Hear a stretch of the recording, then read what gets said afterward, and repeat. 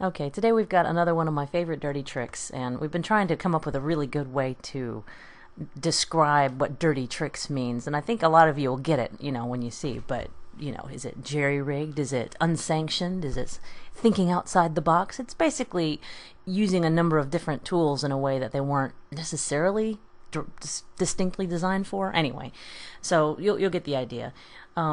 This one came up just this last week. It comes up from time to time. Being able to get a list of files or list of folders in text. And while it's extremely easy to do in PowerShell, this is not a PowerShell video, so we're going to do it the old school way. So this last week we're doing an audit of the Midnight DBA site, what videos we've got published out, and those are stored in folders on the server. These aren't them, of course, but we can pretend. What videos are stored out on the server versus the videos that we have recorded in our database for our own purposes.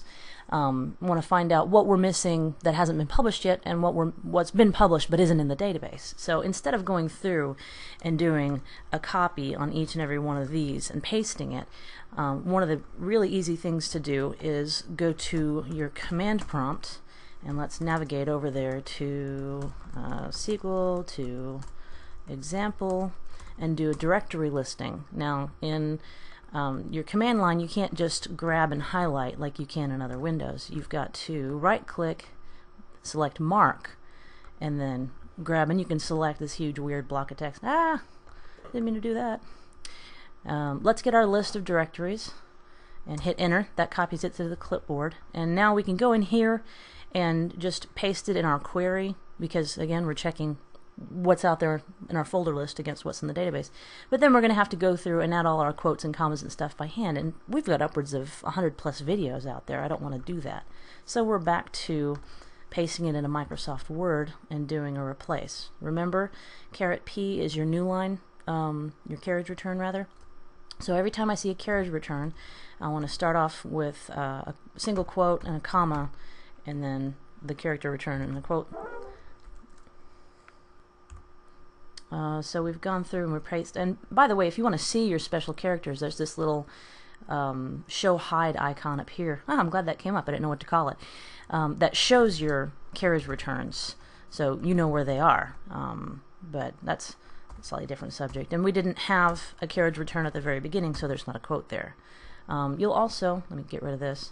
You'll also notice that all the quotes are funny. They're not single quotes. If you put that straight into SQL, it's not going to work, because it's a different character. Let's put this in our query and then replace all of these fancy schmancy single quotes.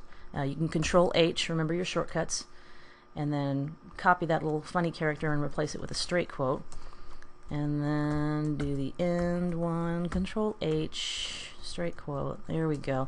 Now we have this lovely little list of films, and again, remember, in our real life example, there's hundreds of these. You wouldn't want to go through and add your single quotes. So now we have our list, and we can see everything in the database that has this directory name, and in our case we store the actual directory name as the video name.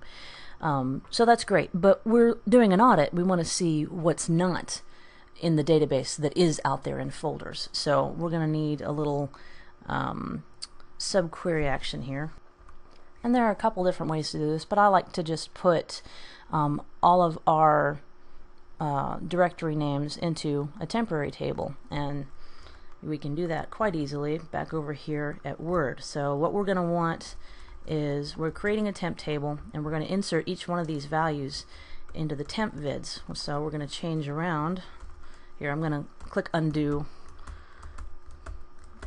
There we go, to get just our original list. And we're going to go through and say, there's our carriage return, and at the beginning of every line I want insert in temp vid values, and at the end of every line I want the clothes, C-L-O-S-E, not clothes, close parentheses. There we go. So that's lovely. Get rid of this last one. Copy that, and yes, I know I've already got it here, but I was setting up the example anyway. So replace your quotes again,